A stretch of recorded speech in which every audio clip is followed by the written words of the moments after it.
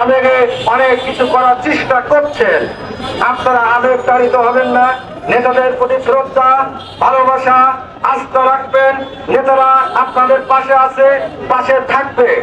তাদের আমরা যদি কোনো রকম কারোর উস্কানিতে, কারোর সাথে গ্যাঞ্জাম করি, কারোর সাথে দ্বন্দ্বে জড়িয়ে যায়, তাহলে সেই ছাত্রের রক্তের সাথে বেঈমানি করা হয়।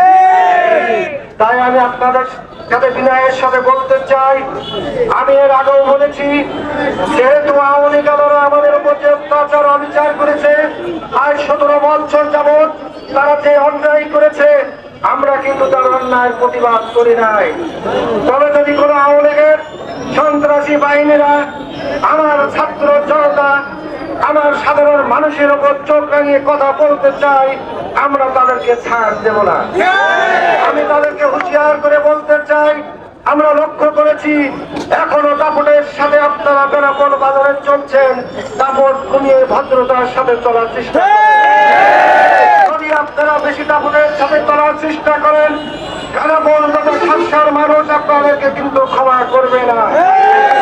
কারণ এই বেনাপোলের মাটিতে আমার ভাই আলেমকে হত্যা করা হয়েছে, আমার বন্ধু রিন্টুকে পঙ্গু করা হয়েছে, এবং আমার বিএনপির অগণিত নেতা কর্মীদেরকে কিন্তু আহত করা হয়েছে, পঙ্গুত্ব বরণ করা হয়েছে, তাদের রক্ত কেটে দেওয়া হয়েছে। বাংলাদেশে আওয়ামী লীগ সন্ত্রাসীরা বিএনপির লক্ষ লক্ষ নেতা কর্মীদেরকে হত্যা করেছে, খুন করেছে, আয়না ঘরে রেখেছে। আমরা আয়না ঘর চিনি না, আমরা খুন ভুল পছন্দ করি না। আমরা বাংলাদেশ জাতীয়তাবাদী দল বিএনপি শান্তির রাজনীতি পছন্দ করে, আমরা শান্তির সাথে থাকতে চাই, আপনারাও শান্তির সাথে থাকবেন।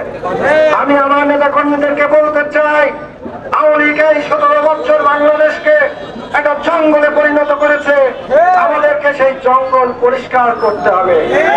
জঙ্গল পরিষ্কার করতে গেলে আমাদের সকলকে কাঁধে কাঁধ মিলিয়ে কাজ করতে হবে, কারণ নতুন করে যাতে আর জঙ্গল সৃষ্টি না করতে পারে।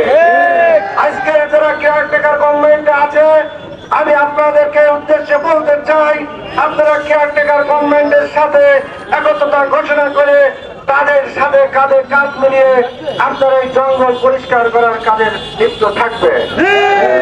এবং আমি আমার যুবদল, ছাত্রদল, স্বেচ্ছাসেবক দল এবং বিএনপিকে বলতে চাই, দীর্ঘ 17 বছর পর আপনারা হয়তো আবেগে